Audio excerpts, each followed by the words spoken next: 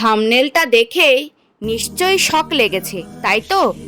তাহলে আসুন সবাই মিলে আজকে সঠিক তথ্যটি জানার চেষ্টা করি।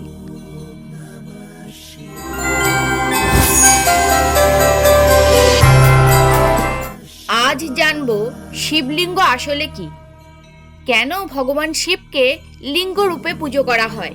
তো চলুন শুরু করা যাক।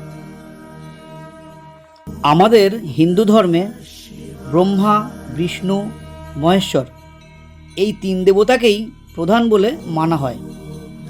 আমরা হিন্দুরা দেবদেবীকে সাধারণত মূর্তিরূপেই পূজা করে থাকি।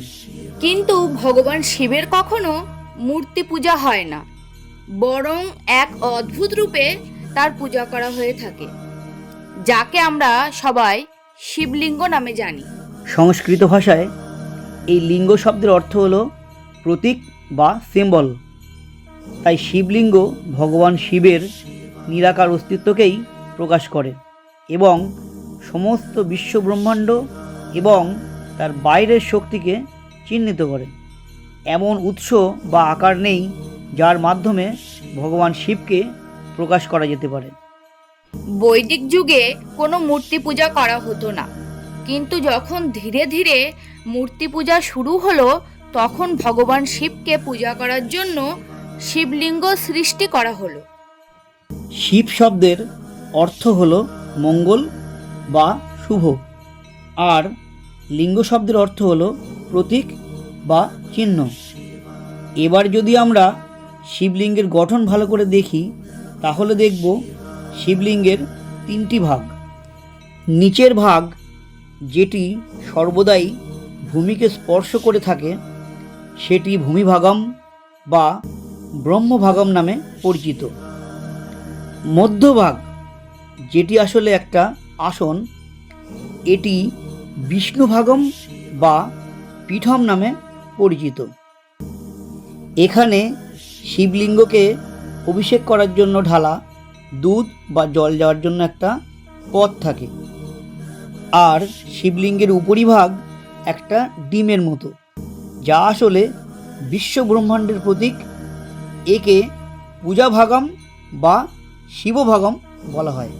আবার কিছু মান্যতা অনুযায়ী শিবলিঙ্গকে দুটি ভাগে ভাগ করা হয়ে থাকে, যেখানে শিবলিঙ্গের নিচের অংশকে পরাশক্তি হিসেবে মানা হয়, যা আসলে শক্তি এবং পরম চৈতন্যকে নির্দেশ করে, আর উপরের অংশকে শিবভাগ বলা হয়, যেটা এক নিরাকার সত্য।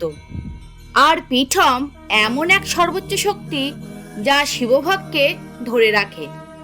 তার মানে এটাই বোঝা গেল, শিবলিঙ্গ আসলে ব্রহ্মা, বিষ্ণু এবং মহেশ্বর এদেরই সম্মিলিত রূপ, যা কিছু মঙ্গল, শুভ তারই প্রতীক।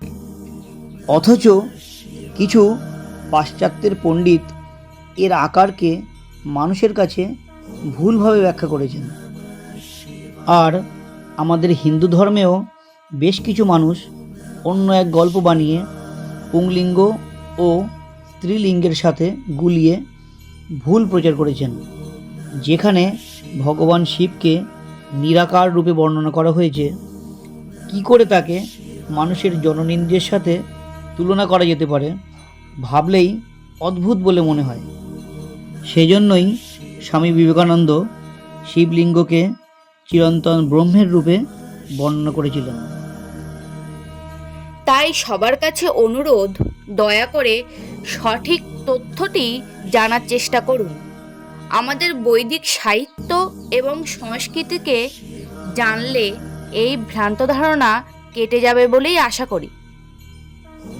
আর কদিন পরেই শিবরাত্রি, তাই এই উপলক্ষে সবাইকে সঠিক তথ্যটি জানানোর উদ্দেশ্যেই বিশেষ করে এই ভিডিওটি বানালাম। যদি ভালো লাগে তো লাইক, কমেন্ট করবেন আর বেশি করে শেয়ার করবেন, যাতে সবাই সঠিক তথ্যটি জানতে পারে। ধন্যবাদ জানিয়ে শেষ করছি। ওম নমঃ শিবায়।